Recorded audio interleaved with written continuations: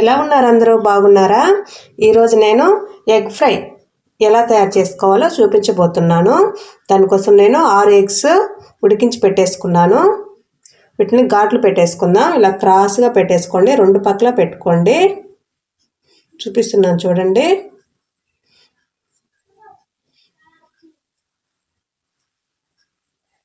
ఇలా 2 పక్కల పెట్టేసుకోండి. అన్నీ అలాగే పెట్టేసుకుందాం. ఇలా కట్ చేసుకోవడం వల్ల ఏంటంటే దీంట్లోకి మసాలా అంతా చక్కగా పడుతుందండి. స్టవ్ ఆన్ చేసుకొని ప్యాన్ పెట్టేసుకున్నాను. ఇప్పుడు దీంట్లో 1 స్పూన్ ఆయిల్ వేసుకున్నా.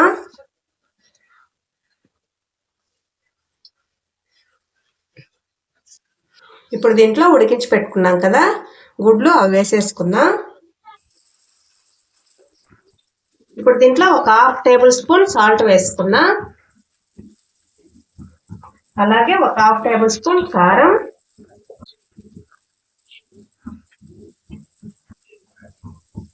ఒక 1/4 టేబుల్ స్పూన్ పసుపు వేసుకున్నా.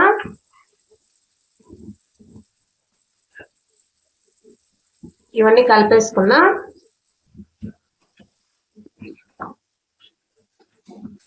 లైట్ గా ఫ్రై అయితే సరిపోతుందండి.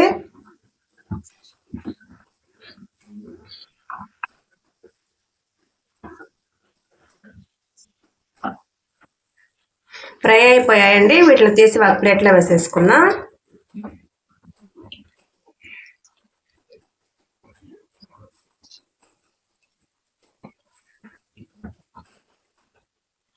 అదే ప్యాన్లో 2 స్పూన్ల ఆయిల్ వేసుకున్నా.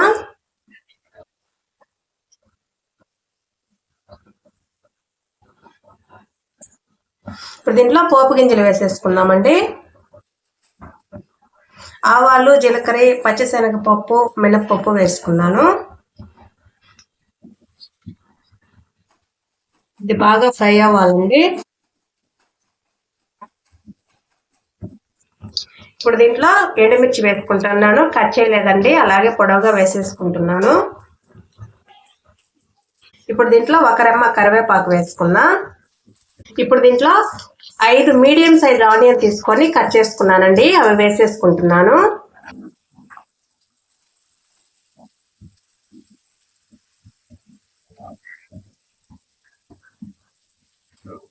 ఆనియన్ త్వరగా ఫ్రై అవ్వడానికి కొంచెం సాల్ట్, కొంచెం పసుపు వేసుకుంటున్నాను.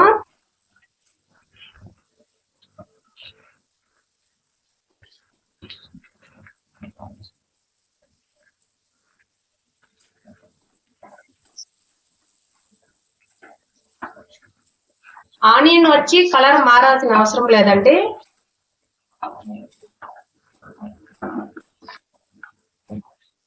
మంటని లో ఫ్లేమ్ లో పెట్టుకొని ఆనియన్ మెత్తగా ఫ్రై అవ్వాలండి, కలర్ చేంజ్ అవ్వకూడదు.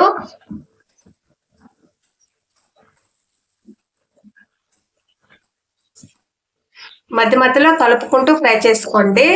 ఈలోపు మనం కారం రెడీ చేసేసుకుందాం. మిక్సీ జార్ తీసుకొని దాంట్లో ఒక 2 టేబుల్ స్పూన్ల కారం వేసుకుందాం.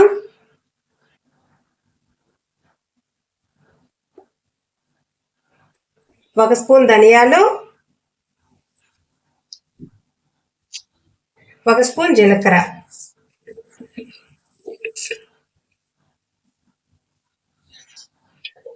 అలాగే రుచికి సరిపడా సాల్ట్ వేసుకోండి. ఆల్రెడీ మనం గుడ్లు ఫ్రై చేసేటప్పుడు వేసుకున్నాం, ఆనియన్లో వేసుకున్నాం కదా. ఒక 20 వరకు వెల్లుల్లి రెబ్బలండి, అవి వేసుకుంటున్నాను. ఇదంతా గ్రైండ్ చేసుకుందాం. చూడండి, చూపించిన విధంగా గ్రైండ్ చేసి పెట్టుకోండి.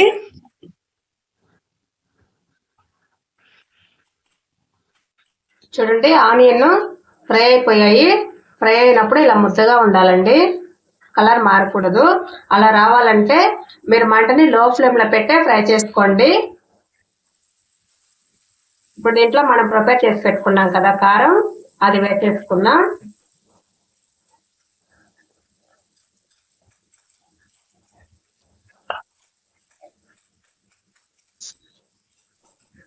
ఈ కారం అంతా కూడా ఉల్లిపాయల్లోకి చక్కగా పట్టాలండి. మనం పచ్చివే గ్రైండ్ చేసుకున్నాం కదా, అందుకని ఇది కొంచెం సేపు ఆయిల్లో ఫ్రై అవ్వాలండి.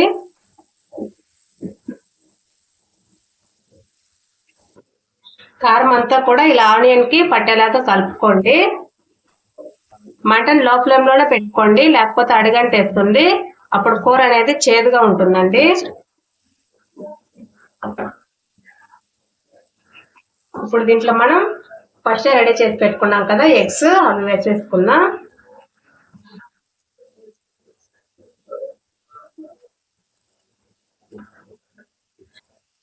ఇదంతా ఒకసారి కలిపేసుకుందాం.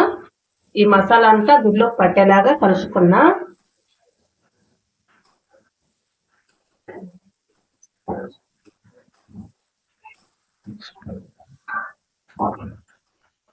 లాస్ట్లో సన్నగా తరిగిన కొత్తిమీర వేసేసుకుందాం. ఇదంతా ఒకసారి కలిపేసుకొని స్టవ్ ఆపేసుకుందాం. అంతే అండి, కోడిగుడ్డు ఫ్రై రెడీ అయిపోయింది. ఇది వేడివేడి అన్నంలో వేసుకొని తింటే చాలా బాగుంటుందండి. మీరు ఖచ్చితంగా ట్రై చేయండి. ట్రై చేసి టేస్ట్ అనేది ఎలా వచ్చిందో మా కామెంట్ బాక్స్లో తెలియచేయండి. ఈ వీడియో కనుక మీకు నచ్చినట్లయితే మీ ఫ్రెండ్స్కి, రిలేటివ్స్కి షేర్ చేయండి. అలాగే మా ఛానల్ని సబ్స్క్రైబ్ చేసుకోండి. Thank you.